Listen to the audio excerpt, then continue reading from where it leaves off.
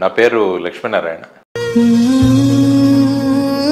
పుట్టింది కడపలో, పెరిగింది శ్రీశైలంలో, చదివింది వరంగల్లో, చెన్నైలో, ఉద్యోగం చేసింది మహారాష్ట్రలో, ఆ తర్వాత ఇక్కడ ఆంధ్రప్రదేశ్లో, ఆ తర్వాత మళ్ళా మహారాష్ట్ర వెళ్ళి 2018వ సంవత్సరంలో ఉద్యోగానికి స్వచ్ఛంద విరమణ వాలంటీర్ రిటైర్మెంట్ తీసుకొని మళ్ళా మూలమైన ఆంధ్రప్రదేశ్ రాష్ట్రానికి రావడం జరిగింది.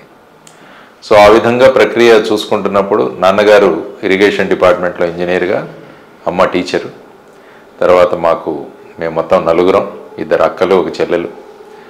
సో ఆ తర్వాత ఈ స్వచ్ఛంద వాలంటరీ రిటైర్మెంట్ తీసుకున్న తర్వాత ప్రజల్లో మమేకమవుతూ ప్రజల్లో తిరుగుతూ ప్రస్తుతం సమాజంలో ఉన్న సమస్యలన్నిటికీ కూడా పరిష్కరించాలన్న ఒక ఉద్దేశంతో అనేక విధాలుగా ప్రస్తుతం ఉన్న సమస్యలను ముందుకు తీసుకెడదాం, వాటి పరిష్కారాలు ఇద్దామని స్కూల్స్ కాలేజెస్కి వెళ్ళడం, ఆ తర్వాత యువతలో చైతన్యం సృష్టించడం, వాళ్ళలో నిగూఢమైన శక్తుల్ని బయటికి తీసుకురావడం, ఈ విధంగా ప్రక్రియ చేస్తూ ప్రజల్లో తిరుగుతూ ఉన్నప్పుడు ప్రజలందరూ కూడా స్వచ్ఛ రాజకీయాలు కావాలి, స్వచ్ఛంగా ఉండే వ్యక్తులు కావాలి, మార్పు తీసుకొచ్చే వ్యక్తులు రావాలి అన్న ఒక సంకల్పంతో వారందరూ కూడా సూచించింది ఏంటంటే మీరు ఒక ప్లాట్ఫామ్ మీదకి రావచ్చు కదా అని వాళ్ళు అడిగినప్పుడు ఇప్పుడు కొత్తగానే జై భారత్ నేషనల్ పార్టీ అన్నది ఒకటి ప్రజల్లోంచి తీసుకొచ్చిన పార్టీని, దానికి అధ్యక్షుడిగా నేను కొనసాగుతున్నాను.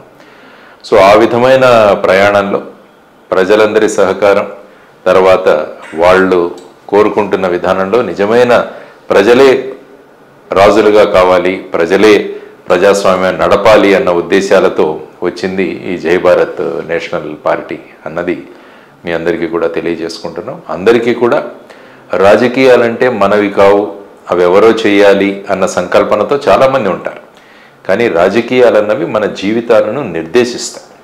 మన జీవితంలో ప్రతి అడుగు కూడా రాజకీయాలతో, దానికి సంబంధించిన వ్యక్తులతో ముడిపడి ఉంది. కాబట్టి మనం ఎటువంటి వాళ్ళను మన ప్రతినిధులుగా ఎన్నుకోవాలన్నది కూడా తెలుసుకోవాల్సిన బాధ్యత ఓటర్ల మీద ఉంది.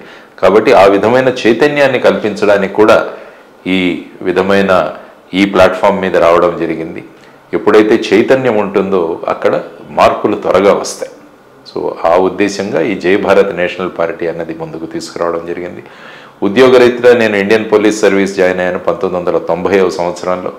ఆ తర్వాత 21 సంవత్సరాలు మహారాష్ట్రలో పనిచేసి ఒక 7 సంవత్సరాలు ఇక్కడ పనిచేశాను. నేను మొత్తం పనిచేసింది 28 సంవత్సరాలు మొత్తం ఈ సర్వీస్లో. అప్పుడు కూడా ప్రజలతో మమేకమవుతూ ప్రజా సమస్యలను ఏ విధంగా మనం, ఎందుకంటే ప్రతి ఒక్కరికి మనకు చిన్న సమస్య అనే ఉండవచ్చు, కానీ వారికి అది చాలా పెద్ద సమస్యగా వాళ్ళు పరిగణిస్తారు. అందువల్ల ఆ సమస్యలను ఏ విధంగా యూనిఫామ్ ద్వారా మనం వాటిని పరిష్కారాలు చూడవచ్చని అప్పుడు చెబుతున్నా కూడా ప్రజల నుంచి చాలా విషయాలు నేర్చుకోగలిగాను నేను.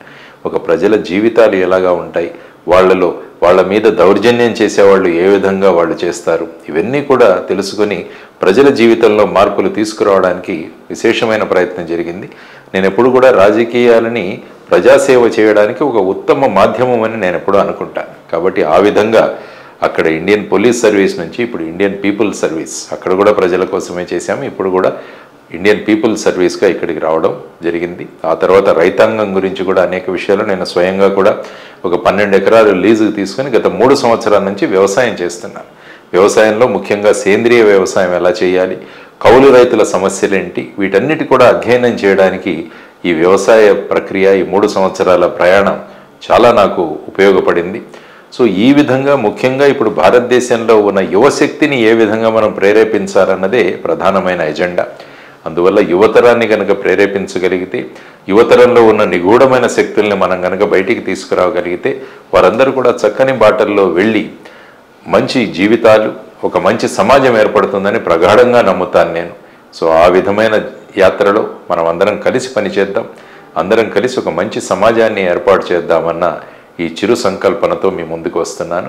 కాబట్టి అందరం కలుద్దాం, మనకున్న ఈ భేదభావాలన్నింటినీ పక్కన పెట్టి ఒక భావితరాలకు ఒక మంచి బాట, ఒక మంచి సమాజాన్ని ఏర్పడుతూ ప్రతిరోజు ఆనందంగా ఉంటూ మరుసటి రోజు ఎప్పుడు వస్తుందా అని ఎదురు చూసే విధంగా మన సమాజాన్ని నిర్మిద్దామని సంకల్పించుకుంటున్నాను. సో ఆ విధంగా ఉన్న అనేకమైన అనుభవాలు, నేను ఎప్పుడు కూడా నమ్మేది ఏంటంటే ఏదైనా సర్వీస్ చేస్తున్నప్పుడు మనం ప్రజలతో కనుక మమేకం అవ్వగలిగితే వాళ్ళ సమస్యలను మనం పరిష్కరించవచ్చు. అలా ఎన్నో ఉదాహరణలు పోలీసు విభాగంలో పనిచేస్తున్నప్పుడు, ఇండియన్ పోలీస్ సర్వీస్లో ఉండగా అనేక అనుభవాలు వచ్చాయి.